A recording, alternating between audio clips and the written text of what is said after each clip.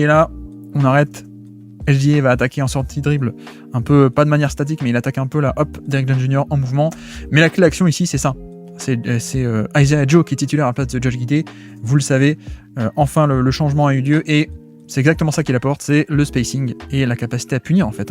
Parce que le plan de Dallas, c'est d'apporter des aides dans la raquette le plus possible pour boucher l'espace dans la raquette. C'est ce qu'ils font.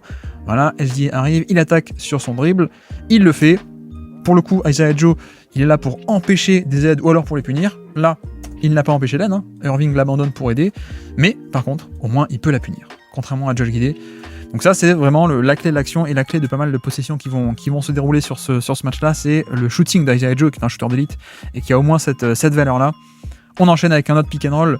Le voici, SGA et Chatham Green. Cette fois, hop, ça switch. Regardez, Daniel Gafford qui prend SGA. Voilà, super. Et là, on fait pause. Puisque une des choses qu'a fait très bien Mark Daigneault aussi sur ce match-là, c'est l'organisation du terrain.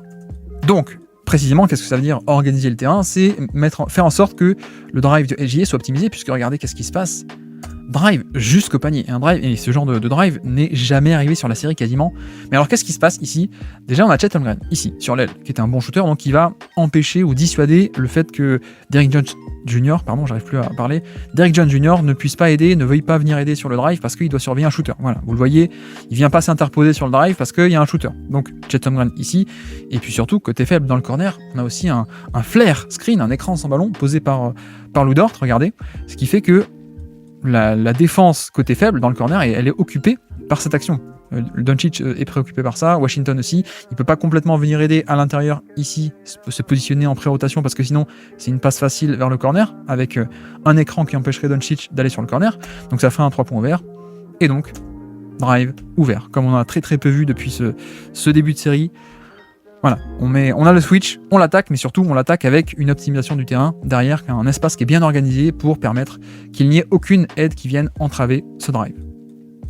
On enchaîne, nouveau pick and roll, une nouvelle fois, vous avez vu le switch all, Gafford qui vient sur SGA, voilà, super. Donc, qu'est-ce qui se passe de suite Dallas? Côté Dallas, on vient aider en fait, c'est ok, on switch, mais c'est pas un vrai 1 contre 1, c'est pas juste on laisse Gafford dans 1 contre 1, on a l'aide ici de Washington qui vient surcharger le terrain, qui vient de l'autre côté de la raquette, hop.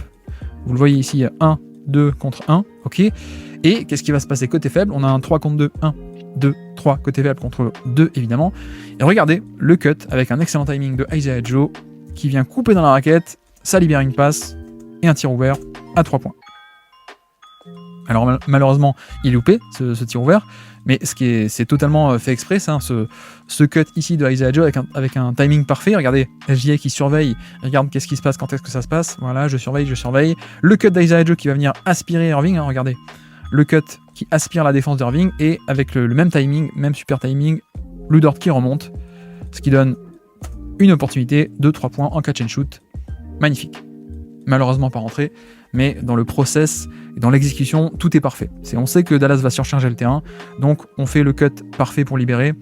Autre action, et là, malheureusement, vous avez vu le magnifique bloc de Gafford, mais cette action, elle est superbe. Et elle montre aussi à quel point est-ce que Isaiah Joe va être utile. J'en ai parlé dans mon podcast, quand j'ai fait un podcast quand la série était à 2 partout, et on parlait de cette valeur de Isaiah Joe en tant que stunt beater. Qu'est-ce que stunt beater? C'est l'homme qui va pouvoir battre les stunts en fait.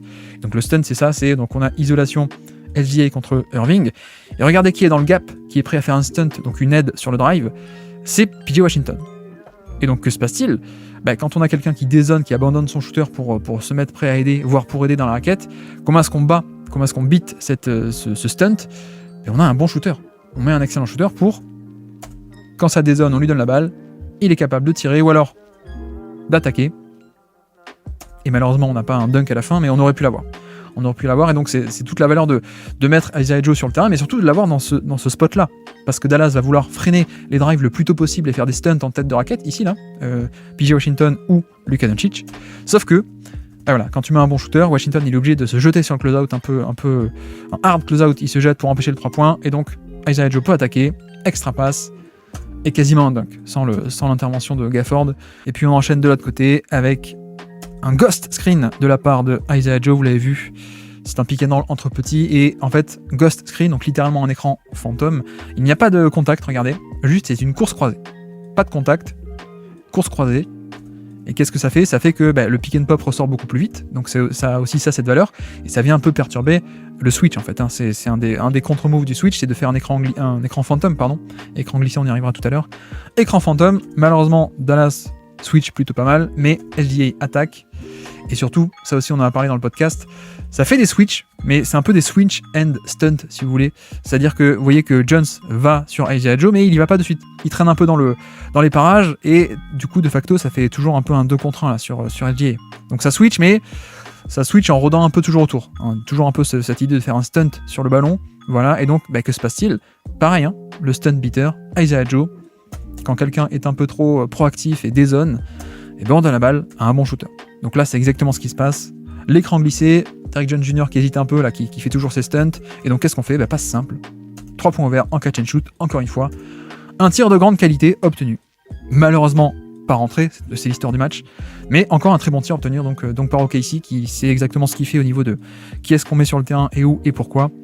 On enchaîne avec là encore un classique du répertoire de OKC, c'est ce qu'on appelle un leak ou un vacate. C'est un peu comme un Spain pick and roll si vous voulez, c'est-à-dire que Spain pick and roll c'est pick and roll ici et avec un backscreen qui vient ici sur Lively pour libérer le roll dans la verticalité. Mais dans le Spain, c'est un backscreen, il y a un vrai écran. Là, il n'y a pas de vrai écran. Là, c'est juste un leak. Donc, il vient vacate, il vient libérer la raquette sans juste une grosse croisée, voilà, qui est censé venir aspirer Irving. Malheureusement, Dallas est en switch all, donc aucun décalage n'est concédé. Super. Regardez, voilà, pas de décalage concédé. Mais, quel est l'avantage de ça? C'est qu'on a obtenu le switch, et on a surtout obtenu le pivot sur SGA. Et donc, certes, pas de décalage sur l'écran, sur le leak, sur le vacate si vous voulez, on s'en fiche un peu du nom, sur le système en tout cas, mais donc SGA va pouvoir attaquer l'isolation, et comme le pivot est sur le ballon, le pivot n'est pas en deuxième rideau, et donc l'aide en deuxième rideau, elle est de moins bonne qualité. Et donc là, SGA pénètre, ressort, et 3 points. Donc c'est aussi toute la valeur d'arriver à isoler dans le périmètre le pivot, c'est que ok ça switch, il n'y a pas de décalage, mais si on arrive à l'attaquer, on a forcément mécaniquement une aide en deuxième rideau qui est moins performante. Et donc là, ça se resserre autour du drive forcément, et magnifique driving kick. Et puis de l'autre côté aussi, je ne l'ai pas précisé, mais toujours la valeur de ce stunt beater qui cette fois en fait, il va pas avoir un tir, il va dissuader Irving de venir aider. Vous voyez que Irving ne vient pas du tout aider très activement. Il vient pas bouger l'espace ici comme il pourrait le faire parce qu'il sait qu'il a un shooter d'élite qui est prêt à le punir. Donc toute la valeur, encore une fois, on est en tout début de match, hein, à peine 6 minutes de jouer, et ça fait déjà 3-4 fois qu'on voit sur l'aile, dans ce qu'on appelle le slot, la menace de Isaiah Joe qui fait beaucoup de bien. Et magnifique driving kick de la part de SGA, on ressort le 3 points. Encore un tir de très grande qualité obtenu par OKC. En voici un autre d'ailleurs d'ajustement, ou en tout cas de très bonne exécution. Qu'est-ce que c'est? C'est un pick and roll SGA avec Jalen Williams qui joue en pivot ici, pivot backup. Donc qu'est-ce que ça fait? Switch all, on a Gafford qui doit monter et qui switch sur SGA, c'est parfait. Et donc pareil, quand on a Gafford qui est qui est dans le périmètre sur SGA sur le switch, ça veut dire qu'on n'a pas de pivot derrière en deuxième rideau. Et donc forcément, la qualité des aides en deuxième rideau, elle va pas être aussi bonne, premièrement, et puis deuxièmement, on a aussi ceci. On a aussi, toujours dans le slot, dans l'aile, le stunt beater dont on avait parlé en podcast, qui est là finalement, qui est le shooter d'élite, qui empêche Jones de venir aider très agressivement ici, parce que s'il le fait, ça donne un tir ouvert à un trop bon shooter. Donc voilà, on a deux éléments ici, c'est le stunt beater sur l'aile et la qualité en deuxième rideau qui n'est pas de même qualité. Donc une fois que SGA a dépassé Gafford, voilà, c'est pas pareil, et on arrive à s'ajuster et à scorer au panier. Donc déjà, vous avez vu que mine de rien, on est encore en première mi-temps de ce match 5, on a déjà eu quelques très bons lay-up avec des tirs un peu clean au panier, ce qu'on n'avait pas eu sur le reste de la série forcément. Le voici toujours ce stun beater, est-ce que vous l'avez vu? Isaiah Joe, un 3 points vert qui malheureusement ne rentre pas, c'est l'histoire du match, hein, ça vous le savez. Mais voilà, cette fois c'est Jalen Williams avec un pick and roll avec le petit Isaiah Joe. Voilà, on va tester un peu la défense en switch. Je m'écarte, hop, sur l'aile. Qu'est-ce qui se passe ici? Toujours pareil, hein, l'espèce de switch and stunt, c'est-à-dire que ça switch, regardez Washington ce qu'il fait, il switch mais il reste un peu dans les parages, hein, voilà, ça fait toujours un espèce de 2 contre 1 ici, c'est pas vraiment un switch, je m'écarte rapidement, j'essaie toujours de gêner, quoi. Je switch mais je rôde un peu par ici, donc qu'est-ce qui se passe? Quand tu fais ça, pas de problème, mais nous on a mis un shooter d'élite, et donc le stun beater, Isaiah Joe et son shoot d'élite qui fait que Washington doit se jeter pour empêcher le 3 points. Donc, ça attaque en sortie de dribble, ça pose un dribble, quand l'aide vient, extra passe, tire à 3 points dans le corner, bingo.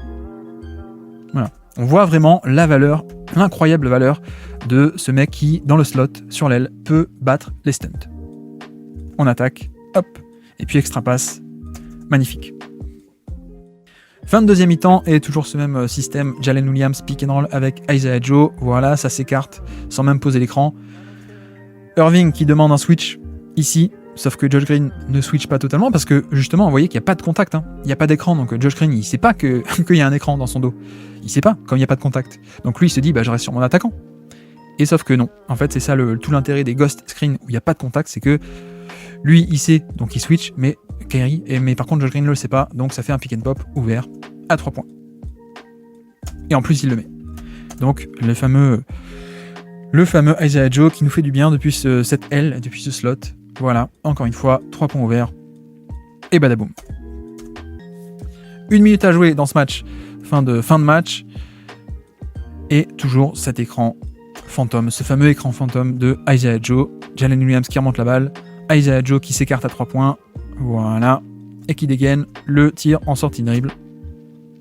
Manqué, mais hop, rebond offensif. Claquette de Holmgren, puisque regardez, sur la menace du pick and pop, Lively est un peu préoccupé, et donc il vient aussi aider, en plus de Irving.